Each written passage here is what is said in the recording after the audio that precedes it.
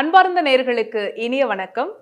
ஜோதிடம் குறித்தான ஆழமான கருத்துக்களை மிகவும் சுவாரஸ்யமாகவும் ஆதிகால பரிகார முறைகளை நம்முடன் பகிர்ந்து கொள்வதற்காகவும் இணைந்திருக்கிறார் பாரம்பரிய திருவள்ளுவர் குலவம்ச ஜோதிடர் டாக்டர் சுப மாரிமுத்து ஐயா அவர்கள். அவரை நிகழ்ச்சிக்கு வரவேற்றலாம்.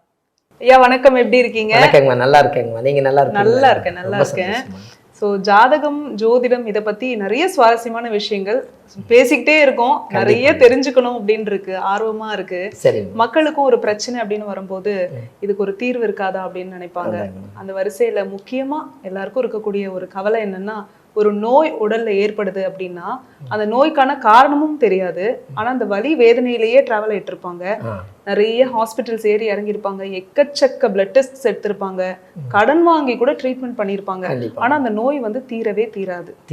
கண்டிப்பா. இது ஜாதகத்துல இதுக்கு என்ன ஏதாவது காரணம் இருக்கா? ஏன்னா இப்ப தோஷத்தை பத்தி நிறைய பேசியிருக்கீங்க. இந்த மாதிரி தீராத நோய்க்கு ஏதாவது காரணம் இருக்கா? இதுக்கு ஏதாவது ஒரு ஆதிகால பரிகார முறை கண்டிப்பா நீங்க வச்சிருப்பீங்க, எங்களுக்காக சொல்லுங்க. ரொம்ப சந்தோஷமா. ஏன்னா இந்த நோய்ங்கிறதே பார்த்தீங்கன்னா ஜாதக கட்டத்தில் போய் பார்த்தீங்கன்னா நோய் 6ஆம் பாவமாக வரும். சரி, 6ஆம் இடம் லக்கணம்னா ஒரு ஜாதகர் பிறந்த இடம். 2ஆம் இடம்னா குடும்பம், வாக்கு, கல்வி, பணம், பேச்சு, திறமை. 3ஆம் இடம்னா சகோதரம், தைரியம், வீரியம். 4ஆம் பாவம்னா தாய், வீடு, வாகனம், சுகம், இருப்பிடம். 5ஆம் பாவம்னா குழந்தை, பூர்வீகம், சொத்து எல்லாம்.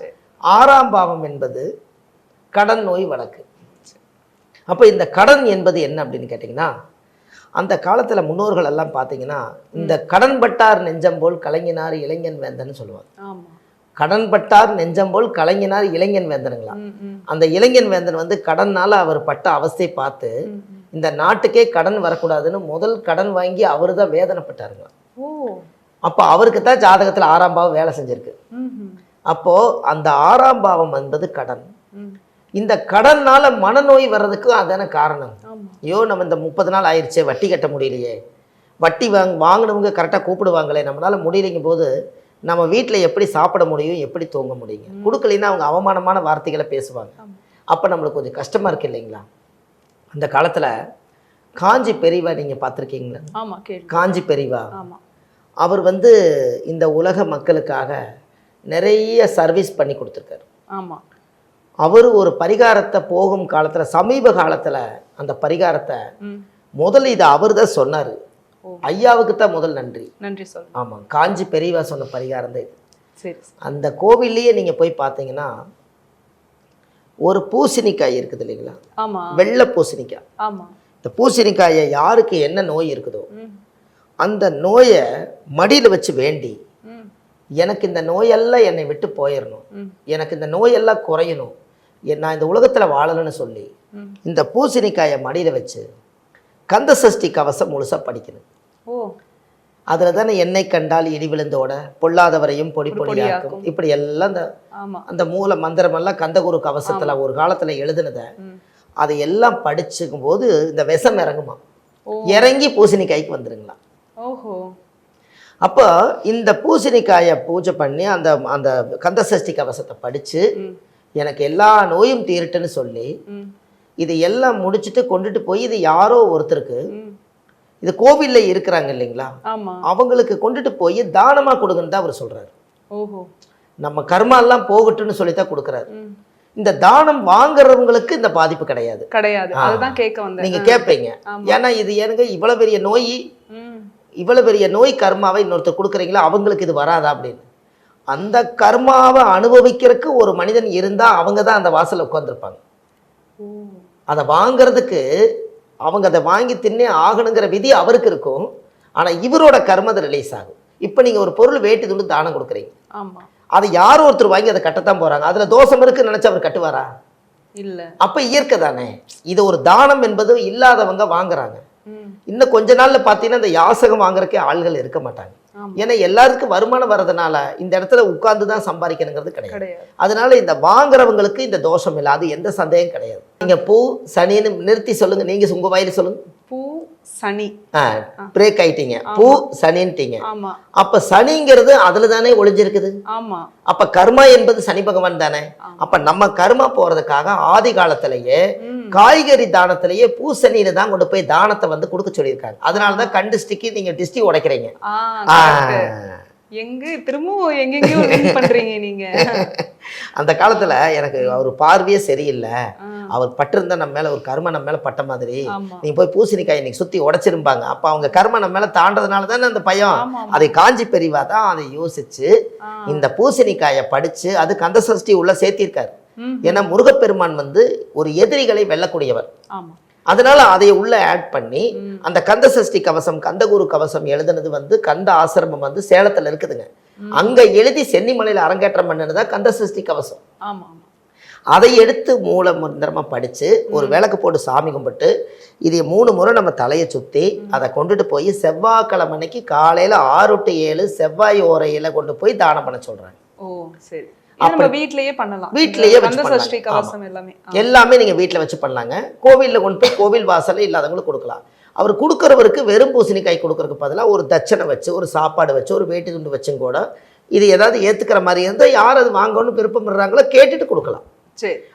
அப்ப இந்த கர்மா அந்த வழியில போயிடும்.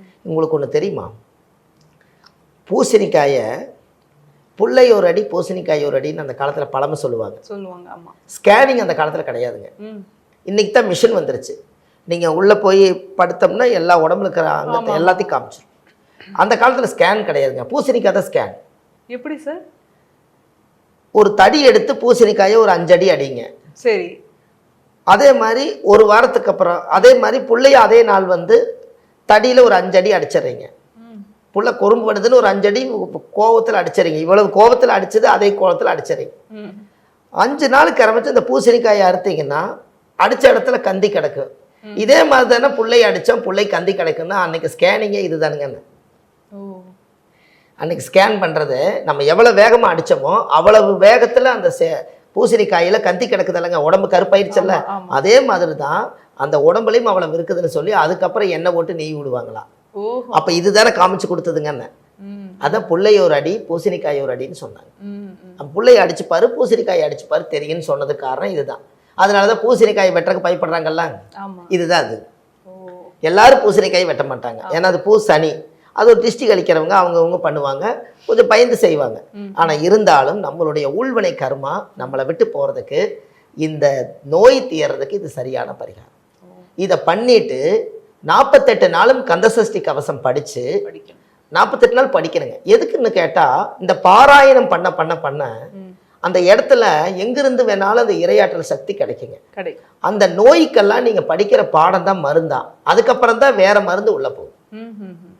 அந்த காலத்துல பாத்தீங்கன்னா இந்த முருகர் வழிமுறை எல்லாம் இப்ப நிறைய பண்ணியிருக்காங்க. பாத்தீங்கன்னா இந்த நவபாசனத்துல தான் நம்ம முருகனை பண்ணியிருப்பாங்க. அந்த நவபாசனத்துல இருந்து பாராயணம் பண்ணி பண்ணி பண்ணி பண்ணி அவங்க பூஜை பண்ணித்தான் அந்த சக்தி ஏத்தனால அந்த முருகனுக்கு அவ்வளவு பவர் இருக்கு. அப்போ அந்த முருகருக்கு வந்து சிலையை செஞ்சு வச்சோடனே உயிர் வராது.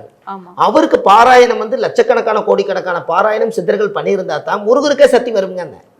முதல் முருகனுக்கு சக்தி இருக்குதுன்னு சொல்றேன். முருகனுக்கு சக்தி வரக்கு சித்தர்கள் உருவாக்கணும் தானே, இல்லைங்களா? போகர் வந்து உருவாக்கி இருக்கிறாங்க முருகனை, பாலதண்டாயுதபாணின்னு வச்சுக்கோங்க பழனியில.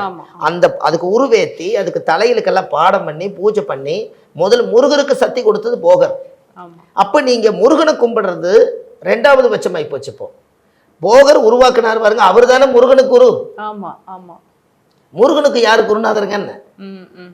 முருகனுக்கு குரு யார் ஒரு தெய்வத்தை உருவாக்குனாங்களோ அவங்களுக்கு தானே தெரியும் இந்த கை எவ்வளவு நீளம் இருக்குது, கால் எவ்வளவு நீளம் இருக்கு, விரல் எவ்வளவு வச்சுக்கிறாங்கன்னு அவங்களுக்கு தெரியும். அப்ப மூல குருவே வந்து பழனியில் இருக்கக்கூடிய பாலதண்டாயுதபாணிக்கு அந்த மூலக்குருவே வந்து போகர் தான் வர்றாரு. உங்களுக்கு நோய் தீரணும்னா இந்த போகருடைய ஜீவ சமாதி முருகன் கோயில இருக்கு. அதுல மரகத லிங்கம் ஒண்ணு வச்சிருக்காங்க. ஆனா மரகத லிங்கமாட்டு தெரியாது, ஆனா பச்சை கலர்ல தான் இருக்கும். அப்ப அவர்கிட்ட அந்த இரையாற்றல் சக்தி இருக்கிறதுனால நோய் கடன் எல்லாமே செவ்வாயோட ஆதிக்கம். அப்ப செவ்வாயிலேயே வந்து அந்த போகருக்கு நவவாசன பவர் முருகருக்கு இருக்கிறதுனால அந்த மேல போட்ட திருநூரை அதை வாங்கி கொண்டு வந்து நீங்க 6 நாள் குளிக்கலாம். போகர் மேல போட்ட திருநூரை வாங்கி 6 நாள் குளிக்கலாம். அப்ப அந்த முருகனுடைய சக்தினால நம்மளுக்கு அந்த கடன் தீரும், அந்த நோய் தீரும்.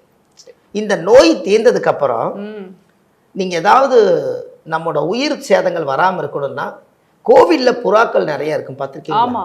அப்ப 6ஆம் இடம் தான் நம்ம வந்து நோயின்ட்டோம்.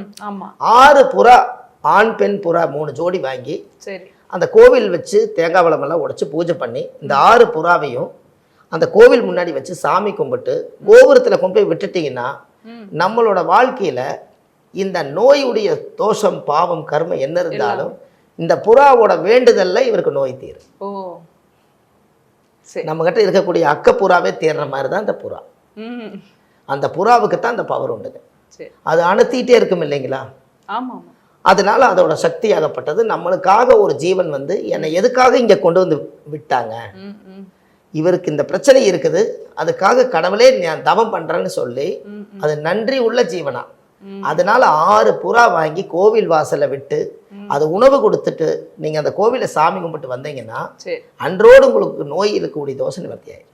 நான் நோய்க்காக கேட்டிருந்தேன், கடனும் தீரும் அப்படின்னு சொன்னீங்க. கடனை பத்தி ஒரு கேள்வி என்னன்னா, கடன் வாங்கிட்டோம் அப்படின்னா அதை அடையணும். முதல்ல வாங்கக்கூடாது, வாங்கிட்டோம்னா அதை அடைச்சிடணும். அடைக்காம அடுத்தடுத்து கடன் வாங்கிட்டே போவாங்க.